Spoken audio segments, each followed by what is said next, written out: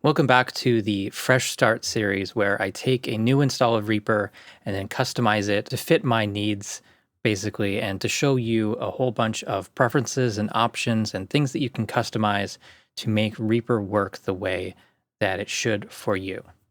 So in this episode, we're talking about the MIDI editor. I'll be going through some of the preferences, options, action list, and getting this really optimized for my workflow.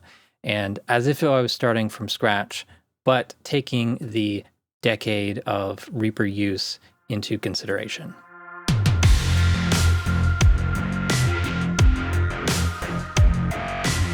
This video is sponsored by Skillshare. Skillshare is an online learning community for creators with thousands of classes in art, design, productivity, and more.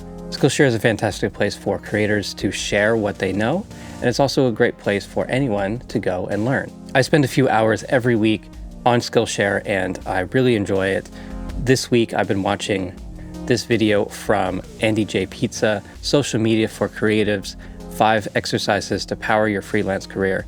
If you've been kind of pushing social media to the back burner, not participating so much lately, I think this is a great way to get back into it. If you have something to promote, if you want to build a community, this is a great strategy. I just love Andy J. Pizza. He's not afraid to look foolish at times, and he is very inspiring, creative, and a lot of fun to watch. The first 1,000 people to click the link in the description will get a free trial of Skillshare Premium, giving you access to every single class and workshop. And if you want to stay on for a full year, it's very affordable with monthly and yearly pricing. Thank you for checking out the sponsor. Thank you to Skillshare for sponsoring this video. Now let's get into the lesson. So here we are in my portable install of Reaper.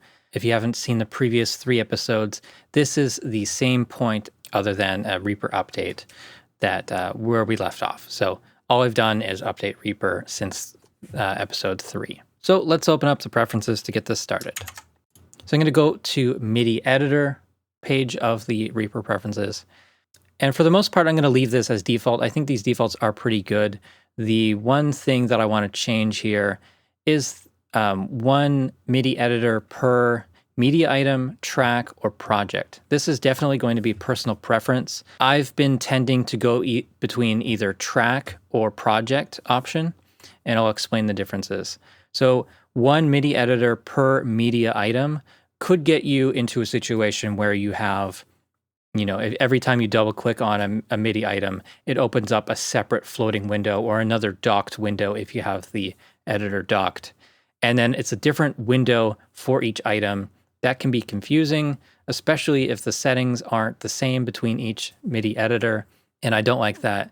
So track is a better way of doing that so that any of the MIDI on, let's say, my bass synth track always comes up and looking the same, and it's very easy to keep everything organized because it's all within one MIDI editor. But I could also jump over to my MIDI drum track, and then that can have its own customized look just for the drums. And when I jump back to the bass, all my settings are going to be saved with that track. So I like that because for a bass or a piano or something like that, you want to have all the MIDI notes shown the way, as a keyboard layout. But with MIDI drums, often you have the notes style as diamonds or triangles rather than showing the length of the note. And also you often use MIDI note names. So instead of the piano roll, you see list of names like kick, snare, toms, etc. And then the third option is for one MIDI editor per project. So that means every time you double click a MIDI item, it's going to replace whatever editor was open before and close the other MIDI information.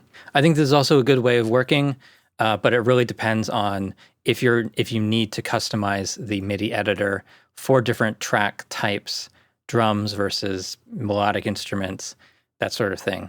So for me, track works the best, so that's where I'm going to set it. And as far as these settings go, I'm going to leave everything else the same here. Now moving on to Media MIDI, let's have a look here. I think I must have covered this in a previous episode, but the MIDI octave name display offset, I've set this to -1, and I don't know why there is a difference from the default to what pretty much everyone uses, but -1 tends to work the best with other instruments. So if you're pressing D-2 on the MIDI keyboard in the piano roll, that's going to match up with D-2 in whatever synth or sampler you're using. Often the MIDI note octaves would be different if you just left it as default. It can be confusing, but I found that -1 is the best option to use there. Under the playback tab, we've got some options for MIDI here. Send MIDI note offs when unrecord arming a track, reset MIDI CC pitch on playback start, playback stop, and playback loop skip. And so that's basically if you have like recorded pitch bend automation, and then you jump to another part in the project, is that going to reset that or not? But that's it. That's what we're going to change in the preferences. All right, so let's add in a virtual instrument on a new track. And I'll just choose some instrument. So, if you only have Reaper built-in synths, then this list will look a lot different. But if you have lots of VSTs like I do, then you'll see all of your instruments category here. I'll just put in the default resynth plugin here and add. And so using that shortcut there, insert virtual instrument on new track, which you can find by right-clicking in the track area or going to the track menu, and you'll see it there. That loads in the synth. It arms the track for recording. It monitor enables that so that the MIDI input can be received by the synth, and then the audio out of the synth comes out the speakers. And it always sets that to all MIDI inputs on all channels as the track input. So I can play a note on my MIDI keyboard, and that comes through. Now let's put in a MIDI item, and I'll just show you a couple ways of inserting a MIDI item. We can go to the Insert menu and go to New MIDI Item, and that's going to put in a 1-bar item at your cursor position. Also, you can make a time selection by just dragging in the timeline in an empty space. And then if we go to Insert menu, New MIDI Item, it's going to be an item for that length of the time selection. And my preferred way is to hold down the Command key on Mac or Control key on Windows and just drag out an empty MIDI item. So this will work as long as you don't have any other items selected. So there's 3 ways you can add in a MIDI item. And let's double click. And that brings up the MIDI editor as a floating window. So again, this is a new install of Reaper, and this is what you would see the first time. And I do have this set up as 1 editor per track. So if I make another MIDI item here to the right and I double click this MIDI editor window switched to the second item. And if I move my cursor position, you'll see that it changes inside of the MIDI editor as well, but that item isn't active until you double click it. If I make another track, insert another MIDI item, and double click that, a second MIDI editor window opens up, which is fine, but this becomes a case where often it's better to start docking your windows just so it gets a little less cluttered. So I'm going to take this first MIDI editor window, and I'm going to hit this button here for docking. And that puts the MIDI editor across the entire bottom of my screen. About 50% of the screen is taken up by the MIDI editor now. So now I'll just click on one of the other items on a track that did bring up another MIDI editor window. And it's not docked, but we can just dock that. And if I open up, again, a third item, same track, it's just going to update. If you look at the tabs here at the bottom, whichever track it is and whichever item is active, it will automatically switch the tabs. If I delete all the MIDI items from a track, what happens? It deletes that MIDI editor tab. So let's do a quick tour around the MIDI editor. We've got our main toolbar, which has view and mode functions here, snapping to grid and that sort of thing. We've got our sort of info area. So wherever your mouse is hovered over, that will change the display. So right now my mouse is hovered over note number 49, which is a C sharp in octave 2. It also shows the time position there. So my mouse is at bar 1, beat 4, and 91 ticks. Below that, you see what's called the piano roll, which is kind of like a player piano, if you can imagine those, where the keyboard is turned on its side 90 degrees, and wherever your mouse is hovered over, or if you're playing keys, you can see the MIDI notes light up as you touch a key.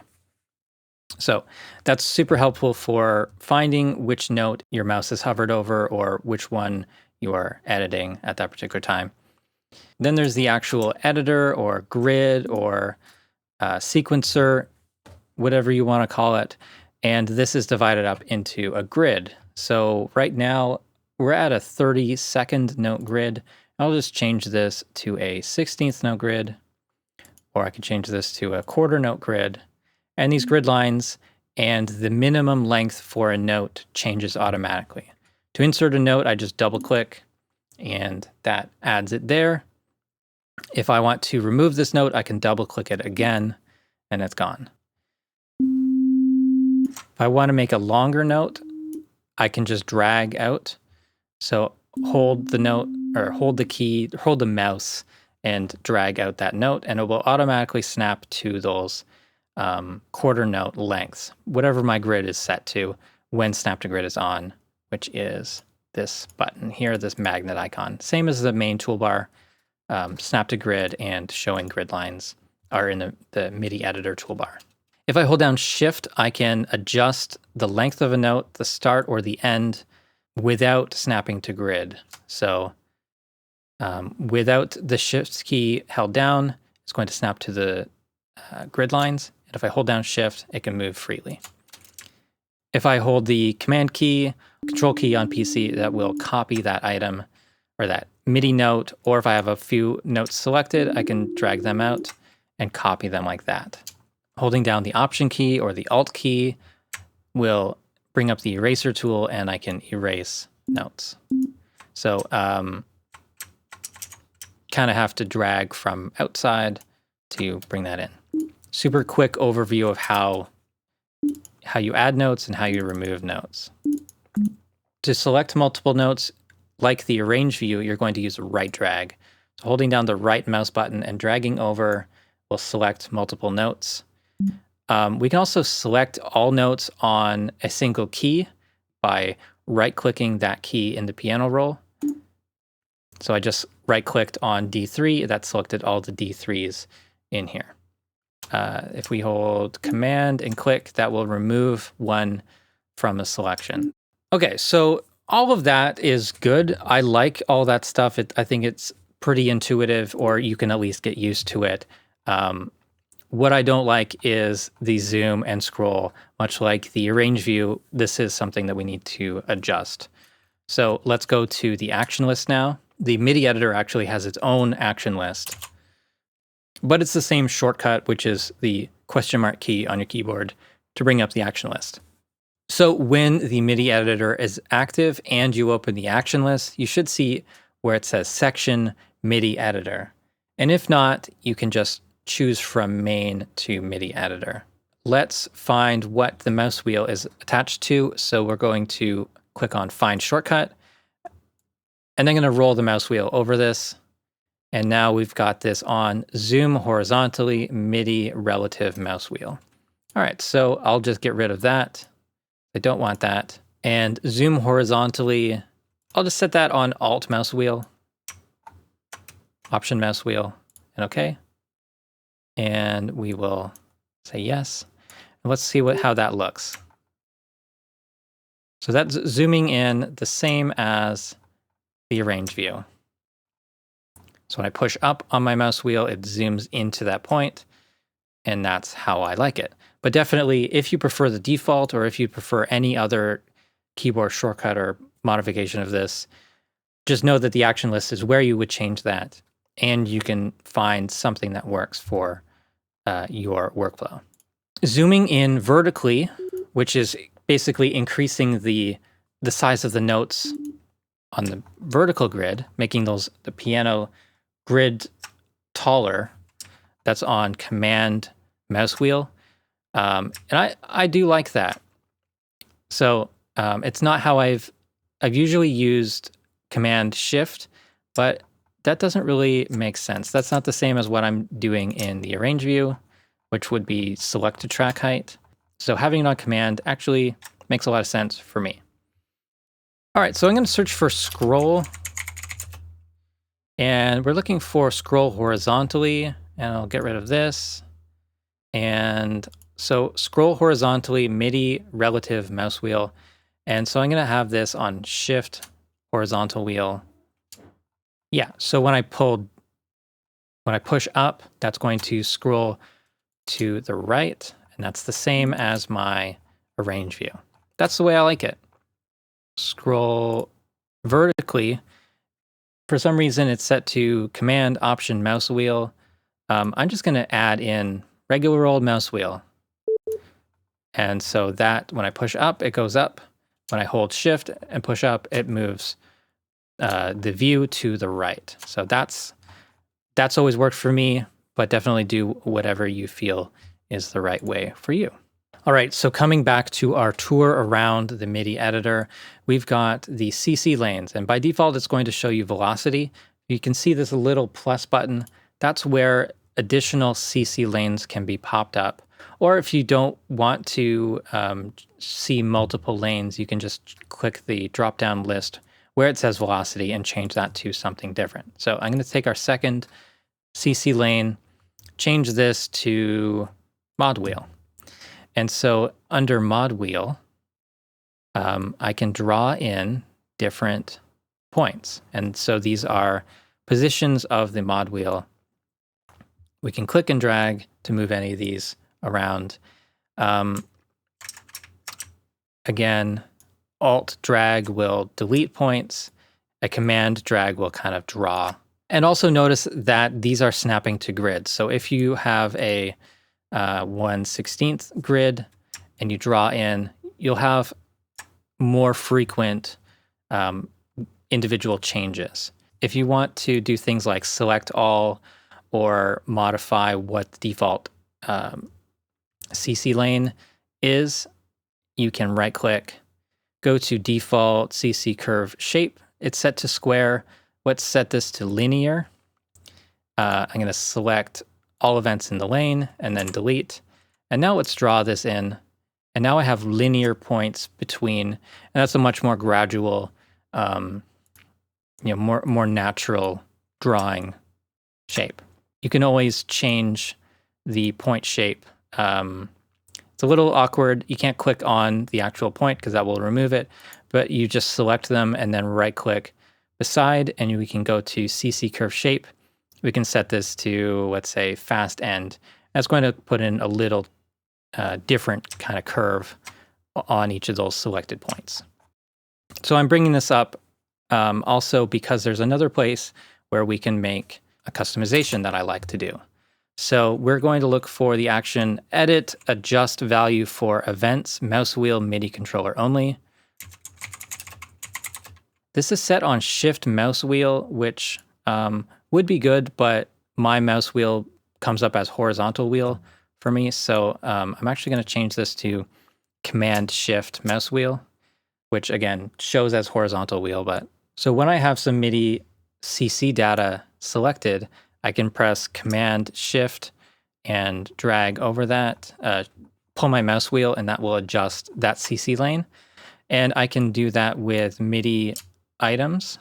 Velocity selected, I can do the same thing. So that's going to change the velocity using the mouse wheel. And if I hide this MIDI CC lane, it will just automatically do it with velocity. You might find that unchecking this option, CC selection follows note selection, helps you modify individual CC lanes separate from your velocity and everything else, separate from the actual notes and their position a little bit easier. So that option is there under Options, CC velocity lane, CC selection follows note selection. Let's move into customizing the MIDI editor. I have actually done a video explaining my MIDI editor toolbar, but if I had to just choose a few things to add to the default MIDI editor toolbar, I think we can do that here. So I'm going to right click on the toolbar, go to customize, and then we're going to add. This brings up the action list, and the first one we'll look for is humanize. And so this will be humanize notes. The default keyboard shortcut for that is H, which is easy to remember, but is also nice to have that on the toolbar. And so I'm going to select that, and that will add it to the toolbar at the end. And then I'm going to do one more thing here, which is preview. So that's this one, options, preview notes when inserting or editing. And I'm going to go to select and close. Okay, I want to change the order of these. I want humanize to be over beside quantize. Yeah, so preview notes when inserting or editing. Let's right click on that. And then I'm going to look for headphones. Okay, so here's some headphone icons. So that's going to be for previewing the MIDI note. So when you press a key or when you double click to enter a note, does it play a sound or not? Things can get kind of tedious when you're hearing that constantly. So I like to have that as an option. There isn't really a good icon for humanized notes, so I'm just going to leave that with the text there and save and close. So there we go. There's our new customized toolbar. We've got humanized notes that brings up the humanized notes window. It's right beside quantize. And at the end, we've got the preview notes button. So now when I click in the editor, it's not making a sound. Turn it on, and it's back. The default toolbar has functions for showing the piano roll, showing named notes, showing the event list, and showing musical notation. Personally, I never use those last two views, so I would just usually remove those. So customize, event list, delete key, musical notation, delete, and save. When you are working with MIDI drums, often you want to change the notes on the piano roll to actually reflect what drum that is. Sometimes that automatically comes over. Sometimes you need to import a MIDI note name file. And if you want to name it manually, you might not know how to do it. So if we're in the default piano roll mode, we can double right click to bring up the text box. So we can call this one D3. And so now I've added that D3 label to the key. If I go over to Note Names view, I've got the D3 there.